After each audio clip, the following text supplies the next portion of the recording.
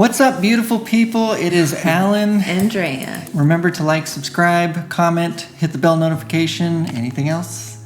I think you covered it, babe. All right. We love you guys. We're here for you. We are excited. We had coffee. I kind of had a revelation, and I feel like it's from the Lord. It's just something to encourage you guys. This is going to be about plants. It's kind of a metaphor, I guess. Yeah, and like Allan said, I think this will be encouraging. To get into it, this is a pepper plant. I'll show you a picture here of just when they started out. You can see them a little bit. And this is one of those pepper plants. And this is the indoor variety. This is the outdoor variety. What I felt like the Lord was teaching me. See how this one is so, this leave's messed up a little bit, but see how these leaves are so massive and big and pretty, but they're the same plant. And the leaves actually look different. Yeah, but this one was put through the work, and we actually have a pepper. It's green, but there it is. I don't want to rip it off. It's growing. It's big. It actually has these little flowers. One of them fell off. You guys can see it.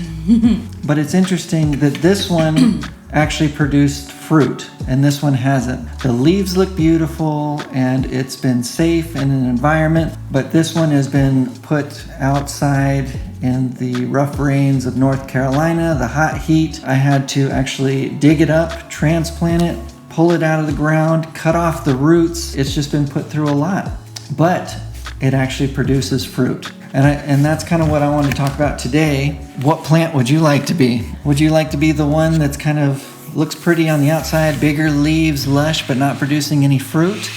I would rather be the one that's kind of put through it. And another example is these two prayer plants. All right. Oh, gosh. All right. So this beautiful prayer plant that we got from Celebration is beautiful. It's wonderful. Like, it's been grown for 3 years. We bought it. This one, that's our personal one, we've had it for about 2 years. Yeah.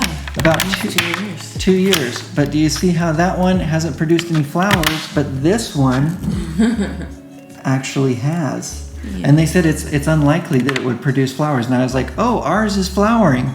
And this one has been cut, propagated it, and given it to so many different people, transplanted it. It got gnats. I've pulled it out of pots like multiple times, but it has been put through hell, really. But still, it produces flowers. I just think it's interesting, the parallels between the plants and our journey. It's kind of like they do have some similarities. And I just felt like that's what the Lord was hitting on. It's like, what plant would you rather be? Would you rather go through it, push yourself, transplanted, roots cut off, but you're still producing fruits and flowers? Or would you rather be the pretty one that plays it safe? Looks nice on the outside maybe, but at the same time it's not producing fruit. When you think about it, when you produce fruit, that actually allows you to have more seed, because in that fruit there's some kind of seed. Even in the prayer plant, I was reading about the flowers and they were saying that you can harvest seeds from them. It's tricky, but you can do it.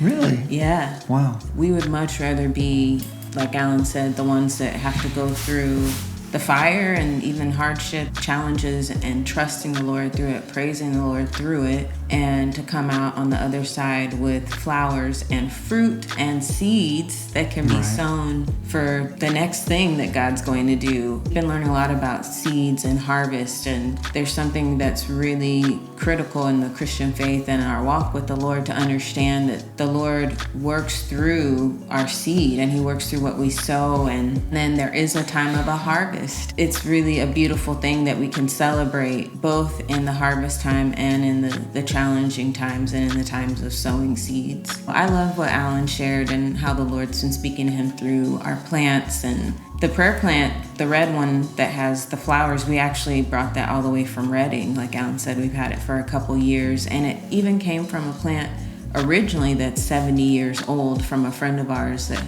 his grandmother had in LA.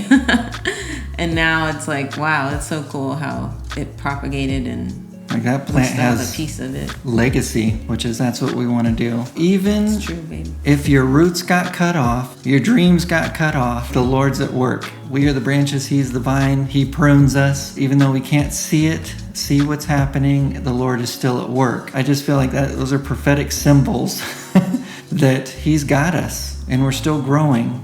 and we're still producing fruit. So don't lose hope. Don't lose your peace. Don't give up on God. He has you, even though we can't see it. We hold on to our faith. We are just dug in, and it's like our hooks are in deep, and we're not giving up. Whatever way He wants to go, we're in it. I just want to encourage you guys, don't give up, don't lose your hope. Yes, and I think that's been a huge theme for us throughout this faith journey.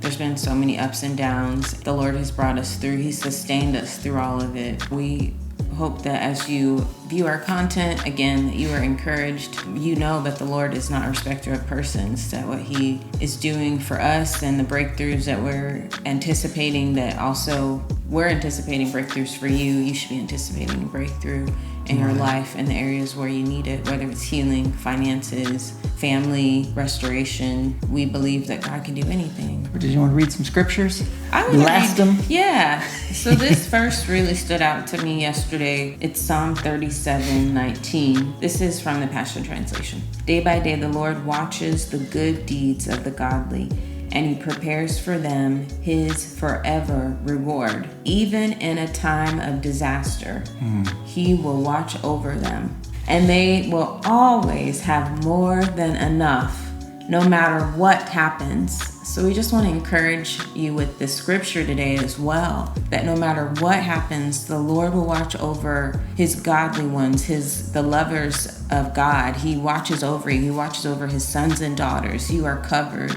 You are seen, and you are known, and you are loved. No matter what happens, you can trust that you will have more than enough. Even if the situation looks different in the natural, we want to encourage you to declare the word, read the word out loud over you, over your family, over the situation. The word of God is a two-edged sword. It is powerful.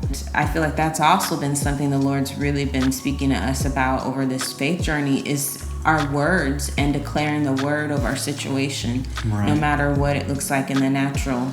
God is alive, and He is at work in our lives today. Yay. Right. Jesus is alive. Yeah, we're just expecting so much more. We're expecting a radical shift coming. Something is going to be different very soon. Amen. And I feel like the Lord has just been sifting all of us. And it's just been a very weird and rocky time, but that doesn't mean He's not at work. So the Lord is about to do something. The waves of glory are coming in. He is going to bring freedom to your finances and freedom to your families. We're just believing that for jobs and better jobs, raises and bonuses, debts paid off, blessings and increase. That's right. And at the end of the day, we are believing for increase and blessings so we can be more of a blessing to others. That's what it's about. As kingdom people, we want to be able to help others. And there's so many who are in need. There's so many situations that need heavens to answer. God has a solution. He wants to work through us. We believe that He wants to equip His godly ones, those of us who are following after Him and who have put Him first. He wants to equip us with the resources to help others and to be a blessing, that we would be the lenders and not the borrowers in the name of Jesus. So we release that truth over you today. You can receive it.